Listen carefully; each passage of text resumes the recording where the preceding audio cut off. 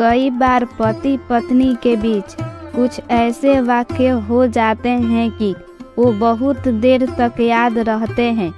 दरअसल पति पत्नी के बीच प्यार के अलावा कुछ मीठे और फनी लम्हे भी होने चाहिए, जिन्हें अपनी ज़िंदगी के किसी न किसी मोड़ पर याद करके बड़ा मज़ा आता है। पति पत्नी के बीच हुआ एक ऐसा ही वाकया मैं आप सबके साथ शेयर करने जा रही हूँ। उम्मीद करती हूँ कि ये आपको बहुत फनी लगेगा। ये पति पत्नी की फनी स्टोरी बहुत प्यारी और रोचक है। इसे अंत तक ज़रूर पढ़िएगा। पति पत्नी जिनकी शादी को 50 साल हो चुके थे, अपना जीवन बड़ी हंसी खुशी बिता रहे थे। शादी के इतने साल बाद भी दोनों में बहुत प्यार था, लेकिन पति को सिर्फ एक चिंता थी और वो ये कि उसकी पत्नी को थोड़ा कम सुनने लगा है। पति को लगता था कि पत्नी काफ़ी कम सुनने लगी है और वो अपनी पत्नी को ये बात बताने में डरता था। वो अपनी पत्नी के लिए एक कान की मशीन लाना चाहता था, लेकिन उसे लगता था कि उसकी पत्नी ये बात कभी नहीं मानेगी, इसलिए वह बहुत चिंतित रहने लगा।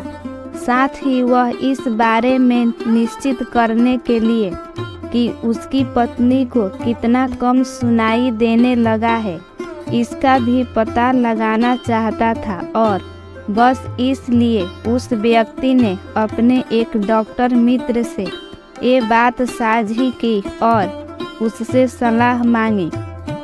डॉक्टर ने उस पति को कहा, अपनी पत्नी से 30 फीट की दूरी पर जाकर जोर से कुछ पूछना और देखना कि वह जवाब देती है या नहीं। अगर जवाब दिया तो ठीक है, और अगर नहीं तो फिर 20 फीट से आवाज़ लगाना और फिर 10 फीट से। इस तरह तुम्हें पता चल जाएगा कि उसे कितना कम सुनाई देता है। अगले दिन डॉक्टर के बताए तरीके को पति ने आजमाने की सोची। पत्नी रसोई में काम कर रही थी और पति ने 30 फीट दूर जाकर जोर से कहा, अरे सुनती हो, आज खाने में क्या बनाया है? कोई जवाब नहीं आया। फिर पति ने 10 फीट का फासला कम किया और फिर आवाज़ लगाई, अरे सुनती हो, आज खाने में क्या बनाया है? कोई आवाज़ नहीं आई। पति चिंतित हो गया। पति ने 10 फीट और कम किए और फिर आवाज़ लगाई, अरे सुनती हो, आज खाने में क्या बनाया है? कोई आवाज़ नहीं आई।